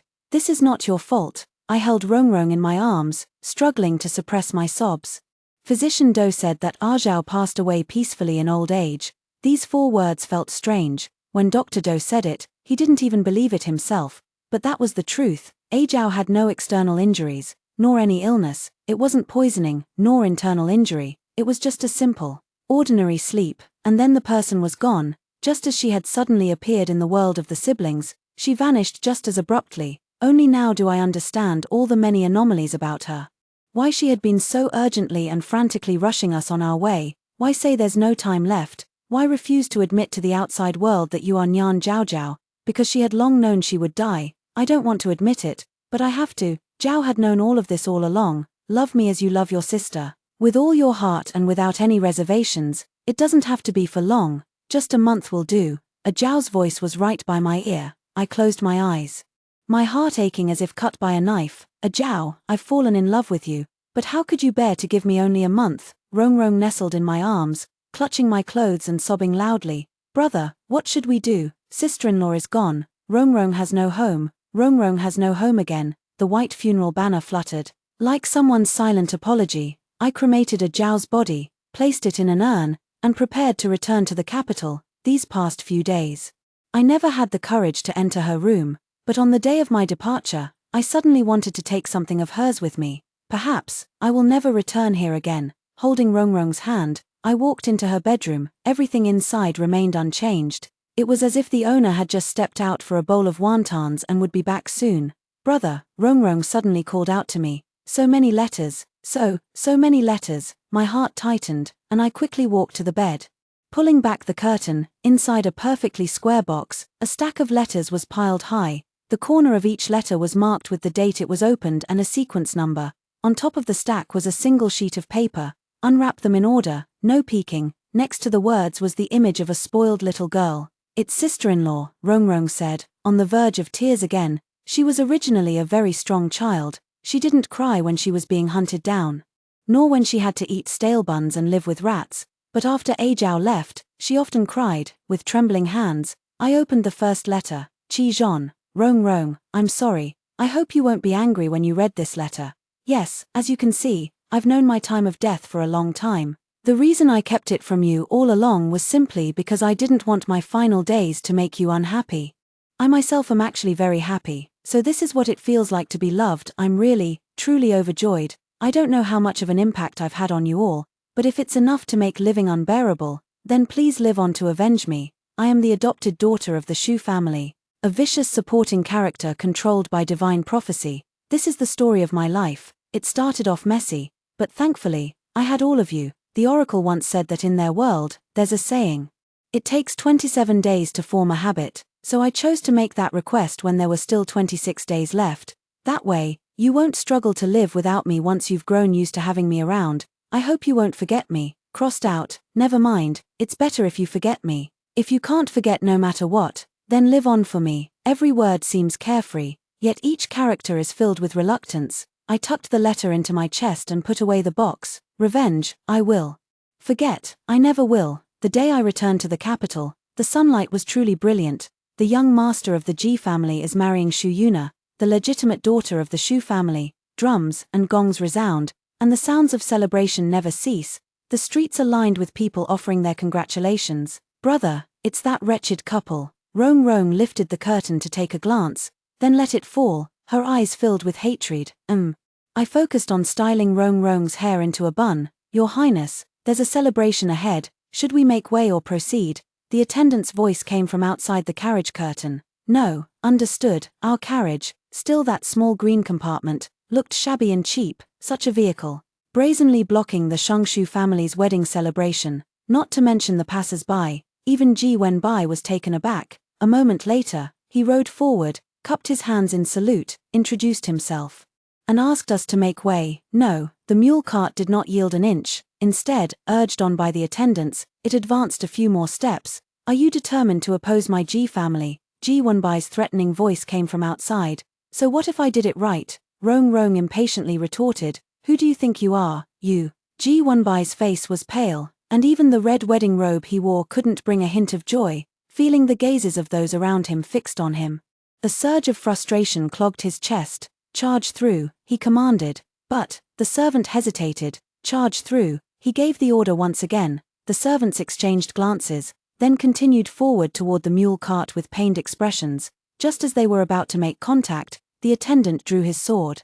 Ready to strike. Young Master Ji, what a temper you have. Holding Rongrong's hand, I stepped out of the carriage. How dare you even offend me? From up close, I could easily see the sudden contraction of the other person's pupils. You're still alive, he uttered in disbelief, and the next moment, he covered his mouth, dismounted, and knelt on the ground. I pay my respects to your highness. The people around all knelt down in a flurry. I stared at the trembling wing-like horns on his head and couldn't help but want to laugh. It was this very group of people who caused the loss of my Jiao Jiao, who is in the sedan chair. And why do you not kneel? Is my status as a princess not enough? Must my father, the emperor, be present for you to show respect? Rong Rong stared at the sedan chair and spoke with a sinister tone. The sedan chair shifted, and a woman with a bridal veil tumbled out from inside. She lay sprawled on the ground, trembling like a sieve. Rong Rong bypassed the crowd, walked up to her, yanked off her veil, and sneered. Nothing special after all. Xu Yuna's face changed dramatically. She didn't understand where she had offended these two distinguished individuals. She could only look at Ji Wenbai with grievance, hoping he would help her. What are you looking at? He can't even protect himself. Rong Rong lifted her chin, leaned in close, and spoke with malice. Your tricks can only fool those who pretend to be clueless while knowing full well. Xu Yuna. Rong Rong released her face, stood up, and looked down at her condescendingly. Let me tell you, your good days are over. Ignoring the bewildered gaze of the woman opposite, Rong Rong ran back to my side, took my hand, and stood there proudly. We stood for 3 hours, and the Ji and Shu families knelt for 3 hours. In the end, the adults from both families, who had come to check on the situation, also knelt down together. That day, I was at the peak of my flamboyance. Everyone knew that the Empress's long-lost children had returned. The lofty emperor, seated on the dragon throne, scrutinized me and Rong Rong. You resemble me. His voice was gentle, as if he hadn't been the one who ordered our execution years ago. Since you've returned, the position of crown prince is still yours, your majesty. The empress let out a disgruntled sound. Her child was now 9 years old, and if I hadn't returned, he would have been the undisputed heir. But I did return, and what startled her even more was the emperor's attitude. Thank you, your majesty. Wooly and I knelt down to express our gratitude.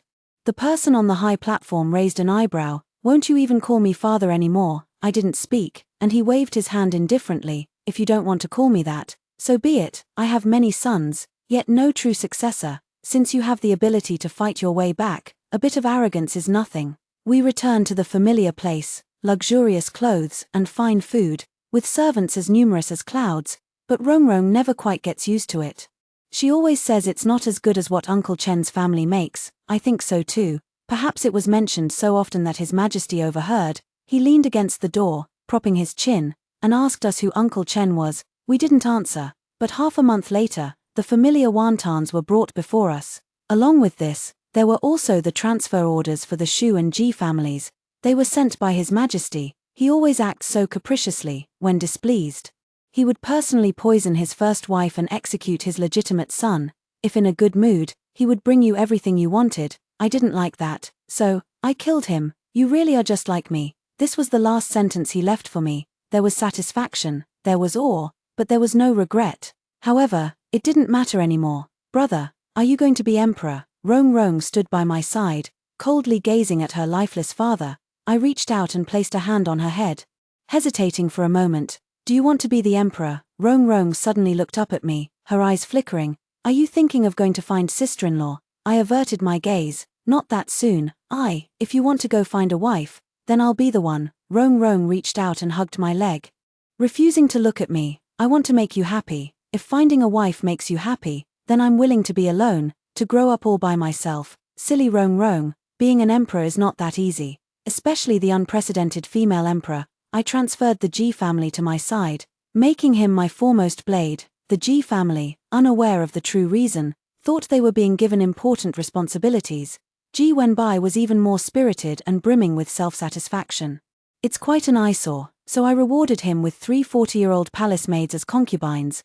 The Ji family's rear residence was in chaos, with Xu Yuna crying and making a scene all day long, and the Shu family repeatedly paying visits, but it was all in vain. 3 concubines, relying on their status as imperial gifts, forced Ji Wenbai to consummate the marriage.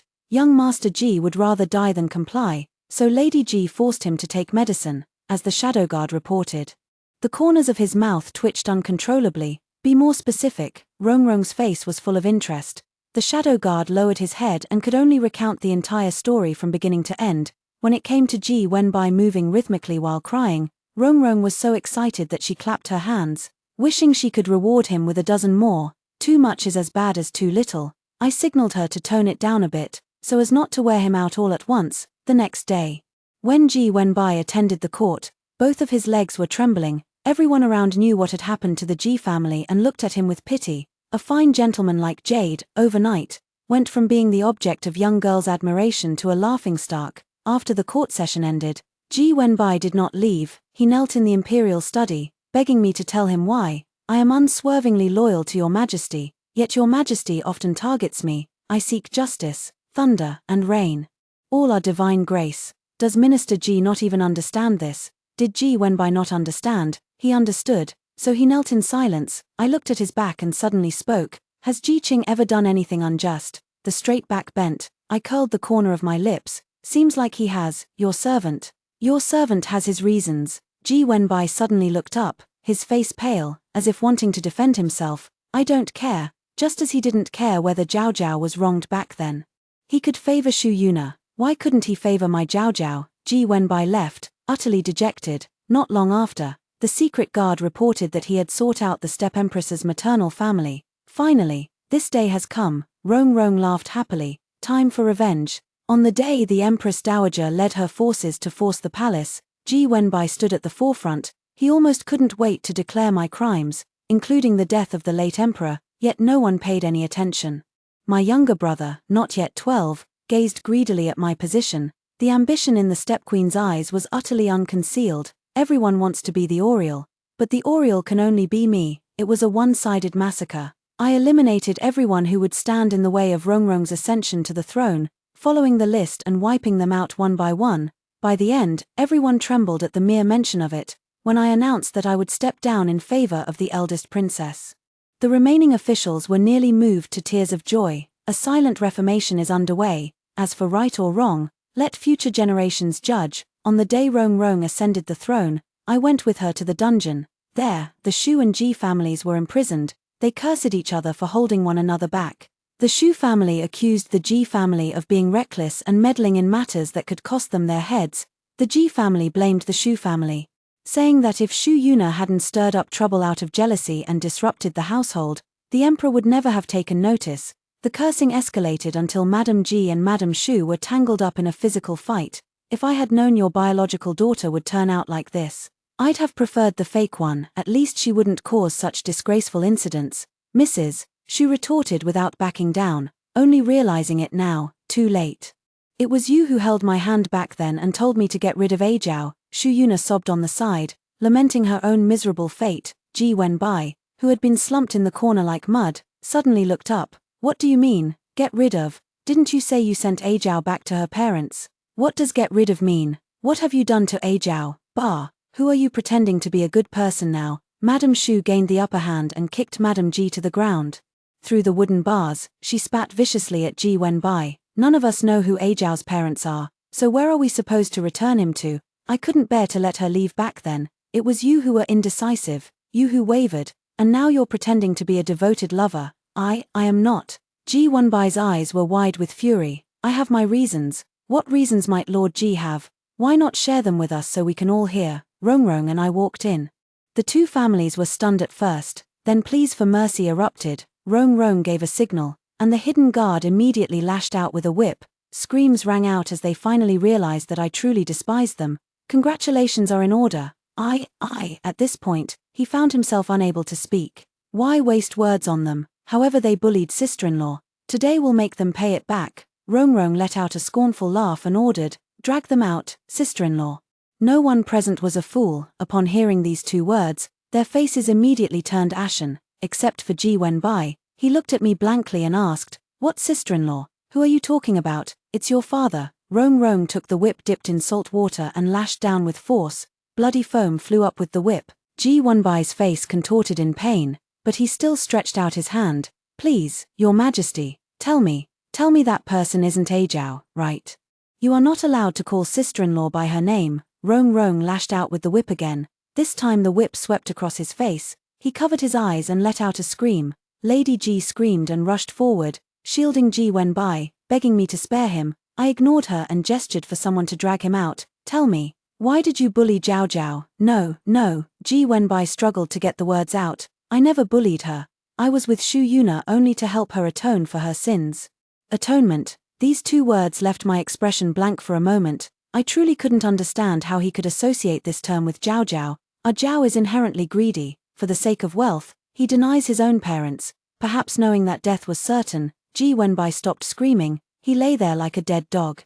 Speaking intermittently, I am grateful that she saved me, but I cannot accept her nature. How could she take someone else's identity without feeling any guilt? When Xu Yuna returned home, she was as thin and small as a monkey, and she took someone else's parents. Enjoyed someone else's life, shouldn't she give it back? I just wanted to atone for her. Once I give Xu Yuna a child, I will marry her again. But how? How did she end up marrying someone else? Ji Wenbai clutched his chest, curling into a ball, as if the pain in his heart hurt more than the loss of his eye. Who told you that Zhao Zhao took someone else's identity?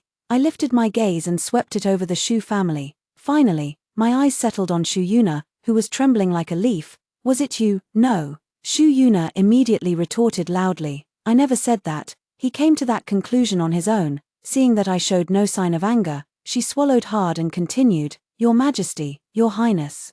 I truly never said those words. It was all Ji Wenbai's own assumption. Back then, I was just jealous of my sister, but I never had that intention at first. It was him who kept giving me things every day that made me develop such wild thoughts. This has nothing to do with me. The woman's cries echoed through the dungeon. Ji Wenbai's body stiffened. I tapped the table lightly and spoke with a measured tone. Go on. Xu Yuna clutched her clothes, then suddenly gritted her teeth and pushed Madame Xu forward. It was all their doing. Back then, they left me in the countryside to take care of Grandma. They knew very well I hadn't gone missing, but they coveted the Ji family's influence and insisted on claiming my sister as their own. Later, when Grandma passed away, they didn't want to observe the mourning period, so they brought me back. At first, they didn't want to acknowledge my identity. It was Ji Wenbai's repeated kindness towards me that moved my father, leading him to decide to drive my sister out of the house. To drive someone away, a reasonable excuse is needed. This excuse could only be that Xu Zhao had a stain on his own character. So, that's how everything that followed came to be. The Xu family had once been sincere, but this sincerity is insignificant in the face of potential gains. Shut up. Madame Xu pulled Xu Yuna back and slapped her. Xu Yuna didn't dare to resist.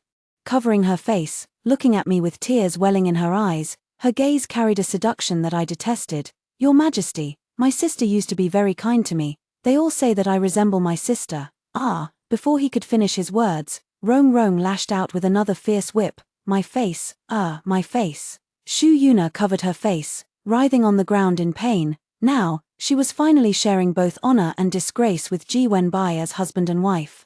I didn't want to watch these two families fight like dogs anymore. I had the hidden guards dislocate their jaws, letting Rong Rong vent her anger to her heart's content. When leaving the dungeon, the two families were left with nothing but the ability to breathe. Heal them, I commanded. Break one leg of the eldest son of the Xu family, and heal the rest. Rong Rong looked at me with confusion. After I'm gone, you'll still have something to vent your anger on. People can go mad if they hold it in for too long. I need to make all the arrangements for Rong Rong before I can go find Zhao Zhao with peace of mind. The year Rong Rong firmly took the throne, she was 19 years old. That year, the Xu and Ji families couldn't hold on and both perished. The Nian family, however, developed quite well. They didn't know that their eldest sister had briefly appeared and then vanished, nor did they need to know. This is Zhao Zhao's wish. Rong Rong has a child. The day I left the capital, it was the same kind of snow. Rong Rong, with her swollen belly, reached out her hand to catch a snowflake, her gaze full of nostalgia. Brother, you and sister-in-law must take good care of each other in the future. I nodded and sat on the carriage shaft. The carriage had been patched several times, and the mule had long since died of old age, replaced by a horse. Even my hair was now streaked with white. Take care. I raised the horsewhip and, just like in the old days, slowly rode away. Inside the carriage is my little girl. She doesn't speak, doesn't jump around, and certainly doesn't poke my back with confidence, demanding that I love her properly. But she doesn't need to say a thing. I will naturally do it all. After leaving the capital, I followed Zhao Zhao's letters and traveled to many places, tasting many different foods along the way. Each time, I would slip my response into her envelope. At the age of 66, I opened her final letter. The handwriting seemed hesitant, the strokes broken and uncertain. Qi Zhon, to be honest, I don't know if you'll ever see this letter, because I don't know if you love me that much. I made a bet with myself, betting that you would forget me. If I lose the bet, then come find me. All these years, Really, you've worked hard. Tears streamed down in an instant. Holding the letter, I burst into loud sobs. My Jiao Jiao, so kind-hearted, why won't heaven show her mercy just once? I set off on the road home. When I opened the door, the shadow guard was waiting inside. He had also aged, with a young child following behind him. Upon seeing me, he grinned at me and hid behind the shadow guard, refusing to come out. Master, tears welled in the eyes of the shadow guard. Everything inside is just as it was when I left back then. I want to be alone for a while. The shadow guard hesitated for a long time before finally, with the child in his arms, he knelt and kowtowed to me. Your subordinate obeys the command. The courtyard fell silent again. Snowflakes rustled down. I walked into the bedroom and changed into my wedding dress from back then. It was a bit too big. Feeling empty, I tightened my belt and walked to the bronze mirror, tidying myself up neatly. Jiao Jiao didn't say it, but I knew she liked my face very much. I placed the letters that had thickened several times on the bed and, holding the jar, returned to the courtyard once more. The swing was already covered with a thick layer of snow. I brushed off the snow and sat down. In a daze, it seemed as if I saw a little girl in a wedding dress appear before my eyes. No choice, it seems I've lost. She scratched her head, somewhat helplessly. Chijon, let me treat you to some wontons. Okay, I curl my lips, reach out to grasp, and tighten my hold firmly. Got you. This time, I won't let go again. The end.